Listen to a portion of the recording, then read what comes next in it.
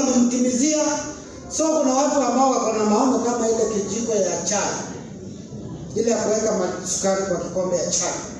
So ukiletea Mungu maono ya aina hiyo, atakujazia kidogo kwa kijiko na akwambie see you when you see me. Kuna mwingine anakuja na ile kijiko kubwa ile ya kukula githeri. Ukileta hiyo kwa Mungu atakujazia na wewe uende. Kuna mwingine atakuja na maono kama kikombe, Mungu atamjazia. Kuna mwingine atakuja na sahani ama bakuli. Kuna mwingine atakuja na maono kama ya kasuku, atajaziwa. Mwingine atakuja na mtungi, mwingine atakuja na ndoo, mwingine atakuja na wheelbarrow. Kuna mwingine atakuja na maono kubwa kama truck, ile kilori kikubwa. Aambie Mungu nijazie, ninakuamini.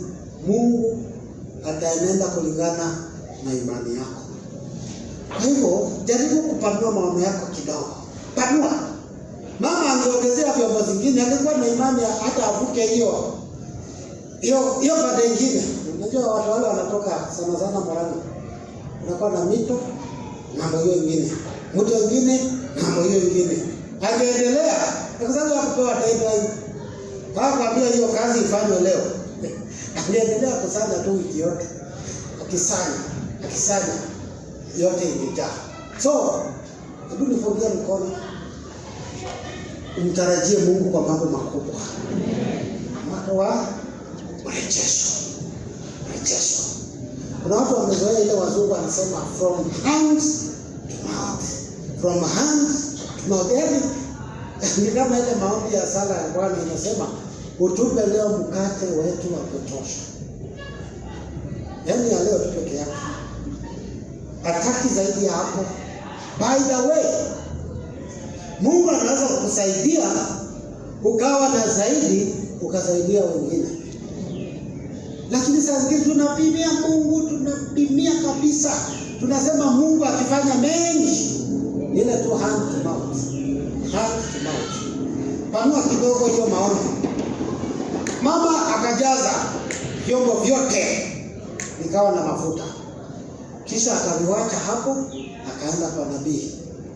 Akaambia nabii, mafuta nimepata, bra. Nabii akamwambia sasa enda uuze hiyo mafuta, ulipe deni yako na ile itabakia. Sababu kuna kakitu katabakia. Kakitu, Wakenya wanasema kakitu. Hata kitu ikiwa kubwa wanasema ni kakitu. Hiyo utajisaidia nayo, wewe na watoto wako. Kumbe Mungu anaweza tumia njia yoyote kusaidia watu wake. Ukiangalia hiyo mafuta, haikukaa kama ni kitu. Labda ungeambia mtu hiyo mafuta ndio Mungu atatumia kuleta muujiza wa kulipa hiyo deni, wangesema enda huko na hiyo maneno yako. Lakini Mungu anakuja kwa maisha yetu na kwa maisha yako. By the way, maisha yako wewe ambao uko na madeni, na kuna njia zingine atafungua ambazo hujawahi kuzifikiria, ambazo hujawahi kuziona zikifunguka kwa ajili yako. Ungesema amen.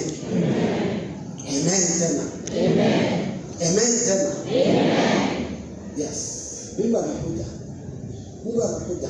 Kuna watu wanauliza Elisha atatoka wapi atusaidie kama yeye anasaidia watu wenye madeni. Sasa Elisha ndio huyo amesimama hapa. Amini tu neno la Mungu na utaanza kutembelewa na Mungu kwa njia usiyojua. Wala sio sana. Unajua sio lazima nifanye vituko ndio ujue Mungu anaongea. Lakini ninaongea kile Mungu amenipa. Atakuja kwa njia zako, kwa njia ambazo labda hauzijui. So Mungu alisaidia huyu mtu na hajabadilika. Mungu aliyelipa deni wakati wa mama mjane huyo bado anaishi siku ya leo. Na angetaka kukusaidia hata na wewe. Hallelujah. Miujiza bado inafanyika. Na miujiza yako inaanza kuwa ni tofauti na wewe mama. Usiende kutafuta chupa ya mafuta ati unataka kusema bila Mungu alifanya siku hiyo ndivyo atafanya. Mungu ako na njia nyingi. Anaweza tuma mtu kwako tu. Kuja akwambie, by the way, nimekuwa nikikutafuta tangu juzi. Mungu ameniambia nikuletee hii. Kwani kubarikiwa pia ni dhambi? Wacha niwapatie story ya pastor mmoja rafiki yangu. Huyo pastor alikuwa anapitia hali ngumu kabisa ya kifedha. Hali ngumu kabisa. Mpaka alikuwa pia madeni imeanza kumfuata. Na akaanza kusikia hata hii kazi ya Mungu imeanza kumfika hapa. Unasikia watu wakisema umenifika hapa. Yaani nimekushiba. Na akaamua kuandika barua ya kuacha kazi ya upasta. So akaandika, akamaliza na akasaini. Na akangoja mdosi, pastor mkuu. So shida ile ilikuwa ni kwamba mke wake ndiye alikuwa secretary. Mke wa huyu mwenye anasaini, lakini hataki mke wake ajue, kwa sababu anajua akijua utakuwa na fireworks. Na hiyo barua haitafika. Hata hiyo maneno itaishia hapa. So akawa anawidana na pastor mkuu akiingia, saa ile mke wake hayuko aingie. Lakini naye mke wake hakutoka kwa ofisi siku hiyo. So akawidana, hiyo barua haikufika. Then hiyo jioni kulikuwa na mkutano wa revival kwa hiyo kanisa. Sasa ndugu yeye akili yake ilikuwa imetoka kwa kazi ya Mungu kabisa. Ana imagine tu vile akai hapo kwa muda. So after revival kuna mtu alimuita akamwambia, pastor, nataka kukuona kwa ofisi yako. Akaenda akachomoa kibahasha. Na hiyo kibahasha ilikuwa imewekwa pesa. Mpaka imeshiba. Tunajua bahasha ikiwa na pesa, hata ukiangalia unaweza jua hiyo ni ngapi. So vile ilikuwa imeshiba, ilikuwa inaonyesha kama hii pesa ni 1000 iko zaidi ya 50,000. Sasa mshika akamwambia, Mungu ameninenea akuletee. Kamuuliza ni hatari ama ni nini? Akamwambia hapana, hiyo ni yako. Pastor alikuwa anauliza huyu atatoka saa ngapi? Anataka kuona ni nini hii ameletewa, kwa sababu ana realize kuna kitu inaendelea. So wakamalizana, wenye kupeana pesa akaenda, pastor akaingia kwa choo.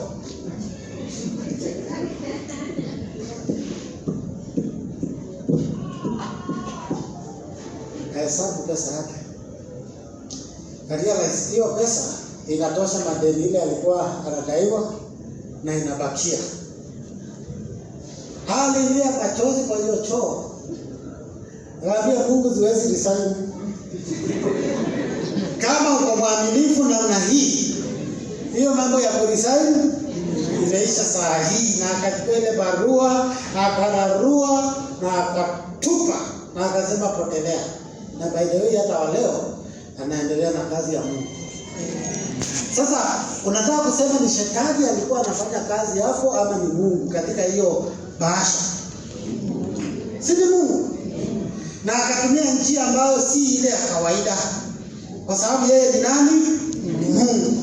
Na hata kwa hali yako Mungu atapitia kwa njia ambayo si ya kawaida, kwa sababu yeye ni Mungu. Unaweza niambia mimi hakuna njia Mungu anaweza kunifikia? Watu wamenikataa, watu hawataka kuniona, hata hakuna mtu ninadai. Sasa atakuja kwangu aje?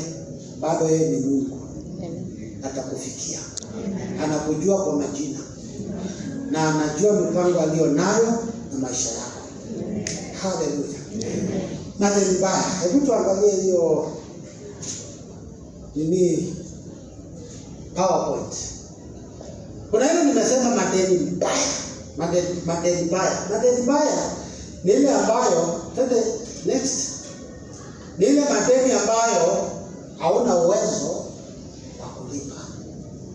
Refers to money owed to an individual or business that is uncollectible because the person or the business is unable to pay.